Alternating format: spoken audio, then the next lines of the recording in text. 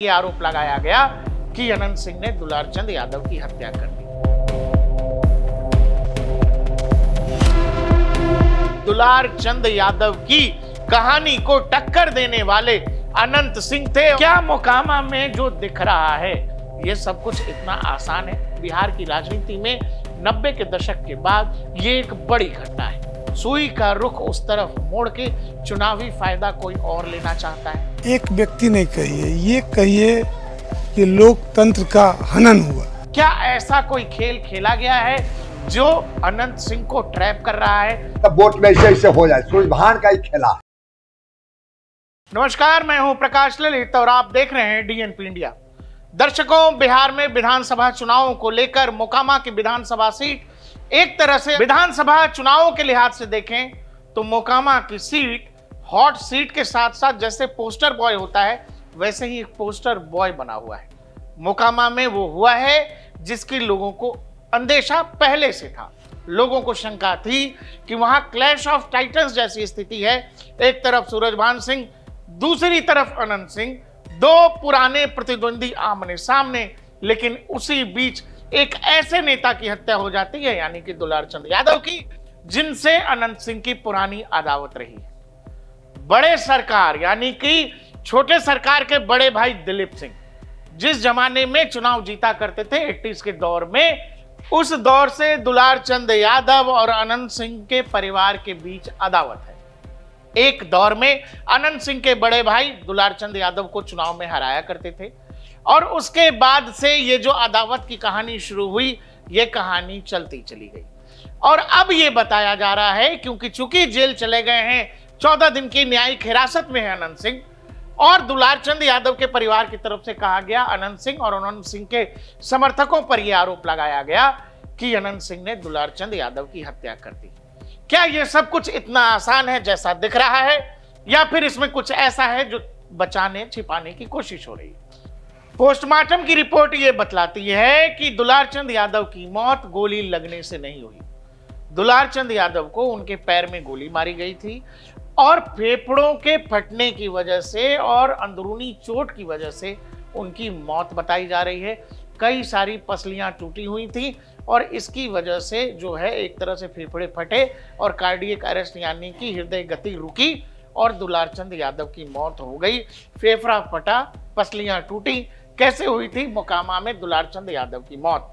दुलारचंद यादव हत्याकांड मामले में 80 के करीब लोग गिरफ्तार हुए हैं, जिसमें 14 दिन की न्यायिक हिरासत अनंत सिंह को भी मिली है। दुलारचंद यादव की हत्या कैसे हुई, पोस्टमार्टम रिपोर्ट में क्या क्या आया, इसके अलावा जो मैंने आपको बताया कि कार्डियो रेस्पिरेटरी फेल्योर की वजह से यानी हृदय गति रुकी और इसके बाद उनकी मौत हो गई। क्या मोकामा में जो दिख रहा है ये सब कुछ इतना आसान है?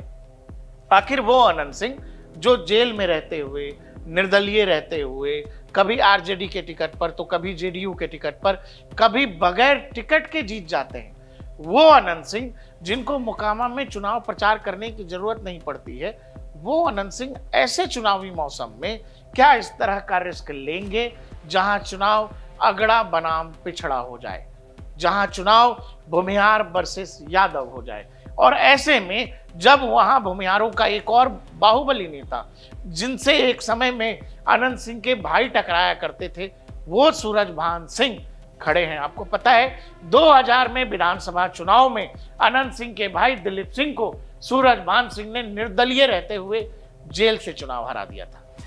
इसीलिए आप एक बात समझिएगा, चूंकि अदावत पुरानी है, चूंकि दुलारचंद यादव का परिवार और अनंत सिंह के परिवार के बीच अदावत पुरानी है, और चूंकि दुलारचंद यादव का परिवार ही सीधे कह रहा है कि हाँ अनंत सिंह की वजह से हुआ और अनंत सिंह के लोगों ने ये किया, तो ये संदेह की पहली स्थिति तो यही है कि अनंत सिंह पहले संदिग्ध नजर आते हैं। लेकिन सामान्य समझ ये कहती है और चुनावी समझ भी ये कहती है कि अगर चुनावी गणित, चुनावी माहौल को समझे तो ऐसे में जो अनंत सिंह जेल में रहकर चुनाव जीत जाते हैं, क्या वो अनंत सिंह इतने नासमझ नेता हैं या गैंगस्टर हैं या अपराधी हैं कि वो चुनावी मौसम में किसी की हत्या की कोशिश करेंगे? ऐसे में जब पूरा का पूरा चुनाव अगड़ा बनाम पिछड़ा केवल मोकामा की सीट नहीं, पूरे प्रदेश में एक नई लहर को जन्म दे सकता है। क्या ये इतना आसान है?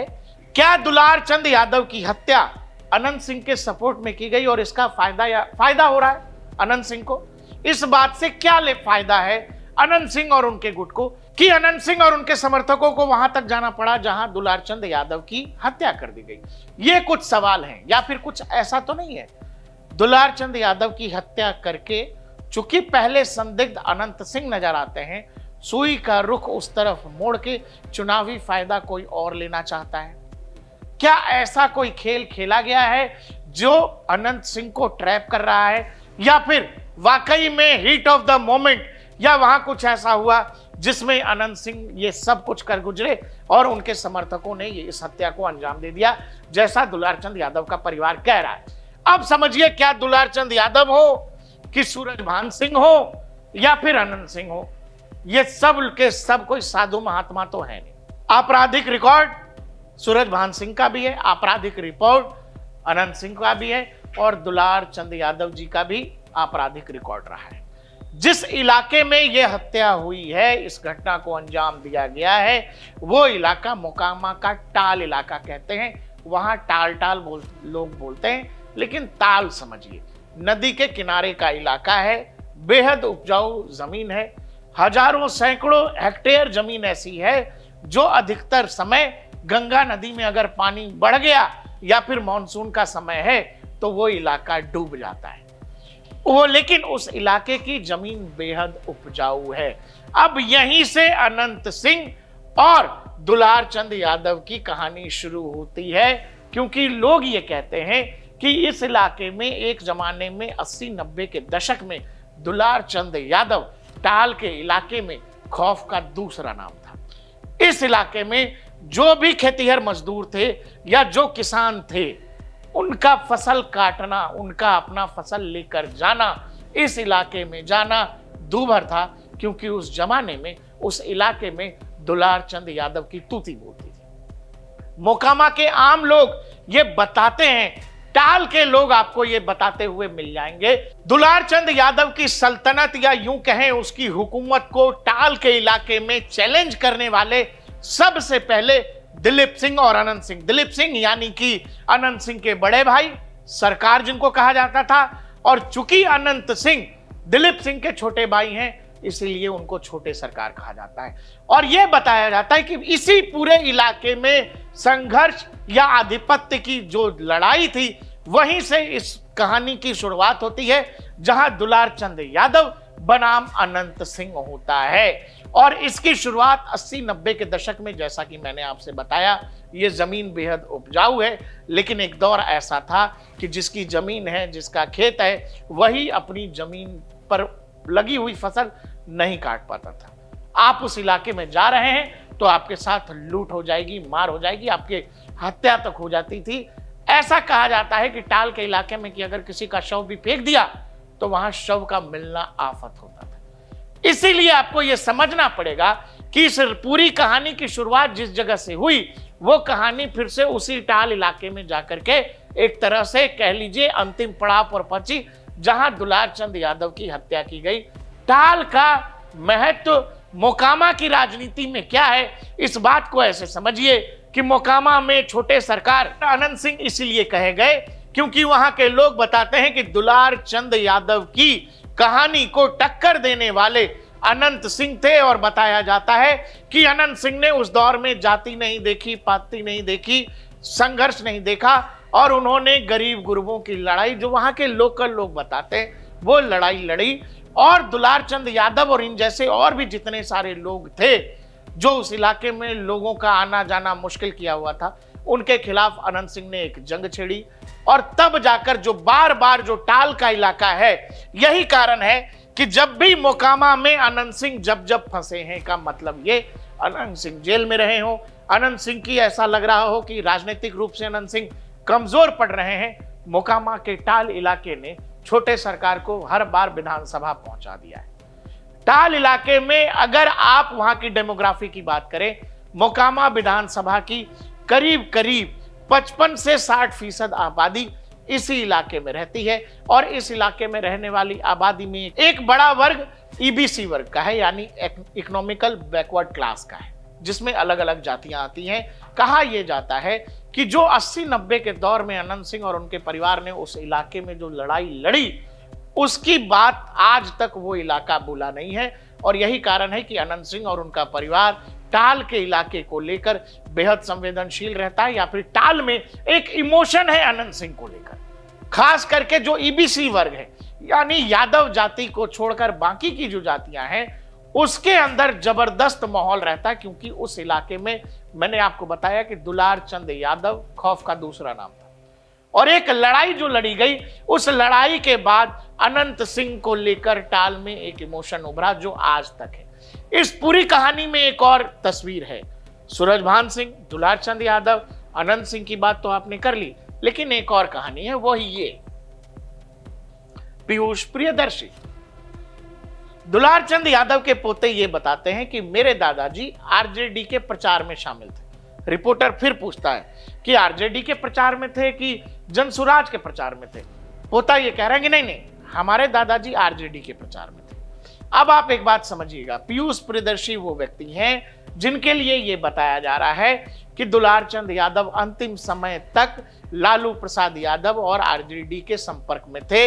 वो चाह रहे थे कि पीयूष प्रियदर्शी को आरजेडी से टिकट मिले, लेकिन ऐन मौके पर वहां पर सूरजभान सिंह की एंट्री होती है और सूरजभान सिंह वीणा देवी को वहां से टिकट मिल जाता है आरजेडी का, और पीयूष प्रियदर्शी जनसुराज के संपर्क में आ जाते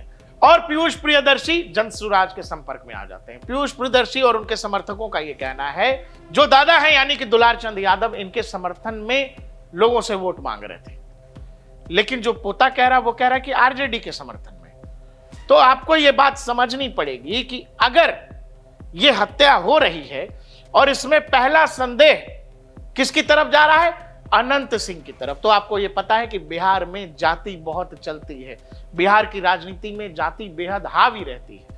और ऐसे में जब पीयूष प्रियदर्शी ये बतला रहे हैं कि दुलार चंद यादव इनके साथ थे, इनके समर्थन में थे, तो आप ये बताइए कि जो यादव सेंटिमेंट होगा, एक सिंपल कैलकुलेशन, उसका किस तरफ जाने की संभावना है। यानी कि ये तय है कि यादव वोटर अनंत सिंह से कहीं ना कहीं अब नाराज होगा। जिस तरह की पूरी पृष्ठभूमि तैयार की गई है, अब यादव वोटर अगर नाराज होगा तो यादव वोट किस तरफ करेगा? क्या वो सूरजभान सिंह आरजेडी की तरफ जाएगा, या फिर वो पीयूष प्रियदर्शी जो खुद को विक्टिम बता रहे हैं इस पूरे मामले में, इनका ये भी इशारा है कि इन्हीं पर वो हमला होने वाला था, इनके काफिले की गाड़ियां तोड़ी गई। तो आप इस बात को ये समझिएगा कि दुलार चंद यादव की जो हत्या हुई, उससे अलग अलग लोग माइलेज लेने में लगे हुए हैं। वीणा देवी या सूरजभान सिंह हो वो अलग, या फिर दूसरी तरफ पीयूष प्रियदर्शी भी है। सूरजभान सिंह को यह लगता है कि भूमिहारों का एक वर्ग भी अगर टूटा अनंत सिंह से और यादव वोट अगर आरजेडी को मिल गया, 5% मुस्लिम वोट मिले, तो शायद वीणा देवी की कहानी बदल सकती है, यानी अनंत सिंह को हराया जा सकता है। दूसरी तरफ है पीयूष प्रियदर्शी ये बतलाना चाहते हैं, चूंकि ये खुद को ही विक्टिम बतला रहे हैं इस पूरे मामले में, इन्होंने फेसबुक लाइव भी किया था उस घटना के दौरान, तो इनका ये कहना है कि ये खुद ही निशाने पर थे और इनका भी आरोप अनंत सिंह पर ही है। सूरजभान सिंह भी अनंत सिंह पर ही निशाना लगा रहे हैं। तो आप ये समझिएगा कि अनंत सिंह जो पहले ही फ्रेम हो रहे हैं, तो क्या ये जानबूझकर, चूंकि खुली आंखों से बहुत ऐसा ही लग रहा है कि हाँ अनंत सिंह संदेह में है, लेकिन अनंत सिंह का चेहरा सामने दिखाकर क्या ऐसा तो नहीं है कि पीछे से कोई एक बड़ी राजनीतिक साजिश को अंजाम दे दिया गया? क्या ऐसा तो नहीं है कि बिहार में बाकी सीटों पर भी इस बात का प्रभाव पड़े और इसीलिए दुलार चंद यादव की हत्या कर दी गई और बिहार के चुनावों को फॉरवर्ड बनाम बैकवर्ड बनाने की कोशिश की गई? इसीलिए इस खेल में पीयूष प्रियदर्शी को भूलने की कोई जरूरत नहीं है, क्योंकि इन भाई साहब को अब यह आशंका हो रही है कि इनकी कभी भी गिरफ्तारी हो सकती है। इनको इस बात का अंदाजा है कि जिस तरह से न्यायिक हिरासत में अनंत सिंह गए हैं, इनका यह कहना है कि अनंत सिंह के दबाव में पुलिस इनको गिरफ्तार कर सकती है, जबकि जब आप इनके बयान सुनिएगा वो बयान कन्विंसिंग नहीं है। मैं आपसे एक बात पूछ रहा हूं, एक यादव बड़े नेता की हत्या होती है, पॉलिटिकल सेंटिमेंट जगेगा, इमोशन जगेगा लोगों का, यानी जिसको पहले अखबारों ने बता दिया कि हाँ यही संदेहास्पद है, पुलिस ने जिसको उठा लिया उसी को अब कल्प्रिट भी माना जा रहा है। इसका फायदा किसको हो रहा है? चुनावी मौसम में किसी बड़े नेता की हत्या करना आज की राजनीति में कोई भी समझदार नेता नहीं करता है। सनकी से सनकी राजनेता भी करने से एक बार सोचेगा। बावजूद इसके अनंत सिंह इसमें फ्रेम होते दिख रहे हैं। दूसरी तरफ भूमिहारों का बड़ा वर्ग है जो मोकामा में गोलबंद हो रहा है। भूमिहारों का यह कहना है जो शव यात्रा निकाली गई दुलार चंद यादव की, उस शव यात्रा के दौरान लगातार उस इलाके में ब्राह्मणों को गाली दिया गया, बाभनों को गाली दिया गया और वो लगातार उस तरह के वीडियोस इंटरनेट पर वायरल हैं। और अनंत सिंह का जेल जाना लोग ये बतला रहे हैं कि ये ज्यादा बड़ी बात है और भूमिहार इसको अस्मिता से जोड़कर देख रहे हैं मोकामा के, और वो इसका जवाब देने को तैयार हैं। आपको याद हो, अनंत सिंह पहले भी जेल में रहकर चुनाव जीत चुके हैं, ये कोई नई बात उनके लिए नहीं है। अनंत सिंह और उनके सपोर्टर्स का ये कहना है कि अनंत सिंह का चुनाव अब मोकामा की जनता लड़ेगी। अगर मोकामा में वहां की आबादी की बात करें तो जो भूमिहार हैं वो करीब करीब 30% है। 30% से ज्यादा भूमिहार वोटर हैं मोकामा की सीट पर। इसके अलावा यादव यानी ओबीसी 20% है, कुशवाहा कुर्मी कोयरी 20 से 25% है, राजपूत 10% हैं, दलित 16 से 17% है, मुस्लिम 5% हैं, शेष हैं ईबीसी और इसके अलावा एसटी 3 से 5%। अब आप ये देखिएगा, ये 30% प्लस राजपूत 10% 40% वोट, इसके अलावा जो कुशवाहा कोयरी कुर्मी वोट है इसमें भी 4-5% वोट ये पकड़ लीजिए। ये एक बड़ा वर्ग है जो हमेशा लंबे समय से अनंत सिंह के साथ जाता रहा है। न तो साधु महात्मा अनंत सिंह है, न तो साधु महात्मा आपके ये सूरजभान सिंह है और न साधु महात्मा दुलार चंद यादव थे। लेकिन देश अब उस दौर से आगे निकल गया है जहां चुनावी राजनीति के दौरान नेताओं की या समर्थकों की हत्या कर दी जाती थी। गाहे बगाहे हमें इस तरह की खबरें पश्चिम बंगाल से जरूर सुनने को मिलती हैं, लेकिन बिहार की राजनीति में 90 के दशक के बाद ये एक बड़ी घटना है। और ये घटना आज के दौर में देखें तो इसका बीजारोपण भी कहीं ना कहीं 90s के दौर में हो गया था और लोग उसी को जोड़कर देख रहे हैं, क्योंकि ये अदावत जो अनंत सिंह बनाम दुलार चंद यादव की है ये 90 की दौर की है।